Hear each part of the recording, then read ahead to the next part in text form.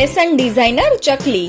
એક જંગલમાં મિન્ટુ નામની એક ચકલી રહેતી હતી. મિન્ટુનો પતિ ત્યારે જ મરી ગયો હતો જ્યારે તેમની દીકરી હજી ઈંડામાં જ હતી. મિન્ટુને કંઈ પણ સમજાતું નહોતું કે તે પોતાની દીકરીનું પાલન પોષણ કેવી રીતે કરશે. પિંકી બોલી, મિન્ટુ મારી સખી, મારી વાત માન, એક બીજા લગ્ન કરી લે. તારે આગળ ઘણું લાંબુ જીવન છે.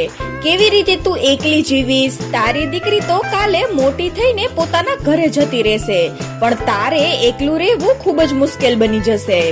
મિન્ટુ બોલી, ના પિંકી, હું આવું કઈ રીતે કરી શકું? કોઈ પણ બીજું પક્ષી મારી દીકરીને પિતાની જેમ પ્રેમ અને માન નથી આપી શકતું. મારા જીવનનો હેતુ માત્ર મારી દીકરી જ છે. મને ચિંતા છે તો ફક્ત એટલી જ કે હું ઘર કેવી રીતે ચલાવું. મારા પતિએ જે પૈસા બચાવી રાખ્યા હતા તે પણ હવે પૂરા થવા આવ્યા છે. હું એવું કામ કરવા માંગુ છું જેમાં મને ઘરની બહાર જવું ન પડે. મારી દીકરી આજે નાની છે પણ કાલે મોટી થઈ જશે. દુનિયા બહુ ખરાબ છે. હું મારી દીકરીને એકલી ઘરમાં ક્યારેય નહીં છોડી શકું. પિંકી બોલી, તો પછી તું ઘરમાં એક કામ સારી રીતે કરી શકે છે. મિન્ટુ બોલી, કહો ને કયું કામ? પિંકી બોલી, તું સિલાઈનું કામ શરૂ કરી શકે છે. મિન્ટુ બોલી, પણ પિંકી મને તો ફક્ત સાદી સિલાઈ જ આવડે છે. તું જાણે છે કે આ આધુનિક સમય છે. પક્ષીઓને ડિઝાઇન વાળા કપડા જ ગમે છે. પિંકી બોલી, એમાં શું મુશ્કેલી છે? આજકાલ ઇન્ટરનેટનો સમય છે. એવું કશું નથી જે તું ઘરમાં બેસીને ન કરી શકે. તું યુટ્યુબ પર સર્ચ કરીને દરેક પ્રકારની ડિઝાઇનને શીખી શકે છે. મિન્ટુ બોલી, હા પિંકી, આ તો મેં વિચાર્યું જ નહોતું. હું આજથી જ યુટ્યુબ પરથી કપડાની ડિઝાઇન શીખવાનું શરૂ કરી દઉં છું. મિન્ટુને સાદી સિલાઈ તો આવડતી જ હતી. પછી થોડાક જ દિવસોમાં તે યુટ્યુબ પરથી ડિઝાઇનિંગ પણ શીખી ગઈ અને સમય જતા આખા જંગલમાં મિન્ટુની સિલાઈ પ્રસિદ્ધ થઈ ગઈ. હવે મિન્ટુ ઘરમાં બેસીને સિલાઈ પણ કરતી અને પોતાની દીકરીની સારી રીતે સંભાળ પણ રાખતી હતી. ગોપી હવે થોડી મોટી થઈ ગઈ હતી. તે અભ્યાસમાં બહુ હોશિયાર હતી. અભ્યાસ કર્યા પછી ખાલી સમયે તે પોતાની મમ્મી પાસે બેસી રહેતી અને તેમને કપડા સિલાઈ કરતા જોતી રહેતી. એવા જ એક દિવસ મિન્ટુ કપડા સિલાઈ કરતી હતી ત્યારે તેની પંખ સિલાઈ મશીનની સોયમાં ફસાઈ જાય છે અને તે ઘાયલ થઈ જાય છે. ગોપી તરત જ પોતાની મમ્મીને બુલબુલ ડોક્ટર પાસે લઈ જાય છે. ડોક્ટર બોલ્યા, ચિંતા કરવાની કોઈ જરૂર નથી. ફક્ત રોજ પટ્ટી કરવાથી અને 2 અઠવાડિયા સુધી આ પંખને કોઈ કામ ન કરાવવું. મિન્ટુ બોલી, પણ બુલબુલ ડોક્ટરજી, જો હું સિલાઈ નહીં કરું તો પક્ષીઓ મારા પર ગુસ્સો થઈ જશે. તમને ખબર જ છે કે દિવાળી પણ આવી રહી છે. મને કોઈ પણ રીતે સિલાઈ તો કરવી જ પડશે. ડોક્ટર બોલ્યા, જો ઇન્ફેક્શન વધ્યું તો પંખને કાપવો પણ પડી શકે છે. મિન્ટુ નિરાશ થઈને ઘરે પાછી આવી જાય છે. મિન્ટુ બોલી, ગોપી બેટા, હવે શું થશે?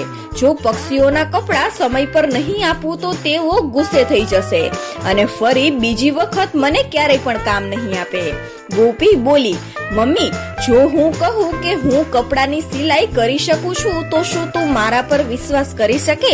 મિન્ટુ બોલી, બેટા, તું કેવી રીતે સિલાઈ કરી શકે? તે તો શીખ્યું પણ નથી. ગોપી બોલી, મમ્મી, જ્યારે તમે સિલાઈ કરતા હતા ત્યારે હું તમારી પાસે બેસીને બધું જ જોતી હતી. મને સિલાઈ સારી રીતે આવડે છે. તમે મારો વિશ્વાસ કરો. મિન્ટુ બોલી, બેટા, જો કપડા ખરાબ થઈ ગયા તો નુકસાન કોણ ભરશે? ગોપી બોલી, મમ્મી, તમે જોતા જ રહેજો. પક્ષીઓ ખૂબ જ ખુશ થઈ જશે મારા કામથી.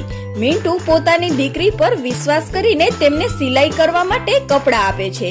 ગોપી એટલા સુંદર કપડા સીવે છે કે મિન્ટુ પણ આશ્ચર્યમાં પડી જાય છે. મિન્ટુ બોલી, બેટા, તું તો ખરેખર ખૂબ જ સરસ કપડા સીવે છે. મારી દીકરી તો ખૂબ જ બુદ્ધિશાળી છે. ગોપી બોલી, બુદ્ધિશાળી માની બુદ્ધિશાળી દીકરી જ હોય ને મમ્મી. હવે મેં નક્કી કરી લીધું છે કે હું ફેશન ડિઝાઇનિંગમાં જ ડિગ્રી લઈશ અને મારી પોતાની દુકાન ખોલીશ અને તેમાં ગરીબ પક્ષીઓને કામ આપીશ. મિન્ટુ બોલી, ભગવાન મારી દીકરીના બધા સપના પૂરા કરે. જે પણ પક્ષી કપડા લેવા આવતું તે સિલાઈની ખૂબ જ પ્રશંસા કરતું અને વધુ કામ આપતું. એક પક્ષીએ પૂછ્યું કે મિન્ટુ, તારો પંખ તો ઘાયલ છે, તો પછી આટલા બધા અને એટલા સુંદર કપડાં કેવી રીતે સીવ્યા? મિન્ટુ બોલી, જો મારી દીકરી ન હોત તો આજે મને ખૂબ જ શર્મિંદા થવું પડત. આ બધા કપડાં મારી દીકરીએ જ સીવ્યા છે. પછી ગોપીની સિલાઈ પોતાની માં કરતા પણ વધુ પ્રસિદ્ધ થઈ જાય છે જંગલમાં. ગોપી કોલેજમાંથી ફેશન ડિઝાઇનિંગની ડિગ્રી લે છે અને પોતાની દુકાન ખોલે છે. તેના ડિઝાઇન કરેલા કપડા આસપાસના બધા જંગલોમાં પ્રસિદ્ધ થઈ જાય છે અને પછી બંને માં દીકરી ખૂબ સારો જીવન જીવવા લાગે છે. પછી એક દિવસ ગોપીની મમ્મી મરી જાય છે અને ગોપી એકલી થઈ જાય છે. તે ખૂબ જ દુખી હતી કારણ કે જંગલમાં તેમનું કોઈ નહોતું. બીજા જંગલમાં તેમની એક માસી રહેતી હતી. જ્યારે માસીને પોતાની બહેનના મરણની ખબર પડે છે ત્યારે તે ગોપી પાસે આવે છે. ગોપી પોતાની માસીને ભેટીને ખૂબ જ રડે છે. માસી બોલ્યા, ચૂપ થઈ જા બેટી, તને રડતા જોઈને તારી મમ્મીની આત્માને દુઃખ થશે. હું તારી માસી છું. હું તારા મમ્મી જેવી તો નહીં બની શકું, પણ તારા મમ્મી જેટલો પ્રેમ આપવાની કોશિશ કરીશ. ચાલ બેટી, તું મારી સાથે ચાલ મારા જંગલમાં. હું તને અહીં એકલી નહીં છોડી શકું. દુનિયા બહુ ખરાબ છે. પછી ગોપી પોતાની માસી સાથે જાય છે. માસી બોલ્યા, ચિંકી બેટા, આ તારી નાની બહેન છે ગોપી, તું એનો ખ્યાલ રાખજે. તમે બંને સાથે રમવા જજો અને સ્કૂલે પણ જજો.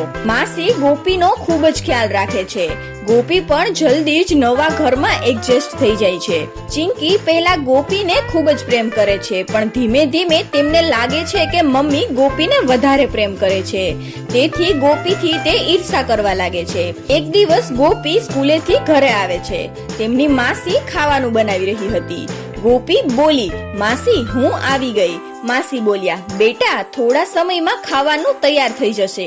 ગોપી બોલી, માસી, મને આજે ભૂખ નથી. માસી બોલ્યા, એમ કેમ? તારી તબિયત તો ઠીક છે ને? ગોપી બોલી, હા માસી, બસ મારું ખાવાનું મન નથી.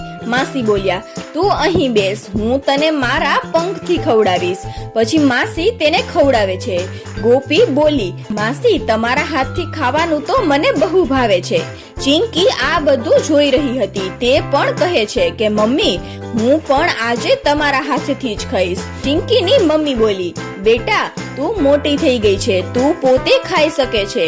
આમ પણ મને બહાર કામે જવું છે. તું તારી બહેનનો ખ્યાલ રાખજે. ચિંકીની મમ્મી આટલું કહીને બહાર જાય છે. ચિંકી બોલી, હવે તો મને આ ગોપીનું કંઈક કરવું જ પડશે.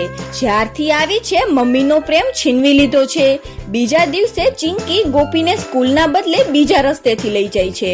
ગોપી પૂછે છે, શું આજે સ્કૂલે નહીં જઈએ? ચિંકી કહે છે, આજે શોર્ટકટ થી જઈશું. તે ગોપીને ખતરનાક સમડીવાળા વિસ્તારમાં લઈ જાય છે. ત્યાં સમડીઓનો અવાજ આવે છે. ચિંકી ભાગવા લાગે છે, પણ તેમનો પગ એ ઝાડમાં ફસાઈ જાય છે. ચિંકી બોલી, ગોપી, મને બચાવ. ગોપી હિંમતથી તેમનો પગ છોડાવે છે અને બંનેની જાન બચી જાય છે. ચિંકીને એ દિવસે સમજાય છે કે ગોપીએ તેમની જાન બચાવી છે. ત્યારબાદ ચિંકી પણ ગોપીને ખૂબ જ પ્રેમ કરવા લાગે છે. તો બાળ મિત્રો, આ વાર્તા પરથી આપણને શીખવા મળે છે કે મુશ્કેલીના સમયમાં હિંમત, વિશ્વાસ અને પ્રેમ રાખીએ તો જીવનમાં સફળતા અને સારા સંબંધો બની રહે છે.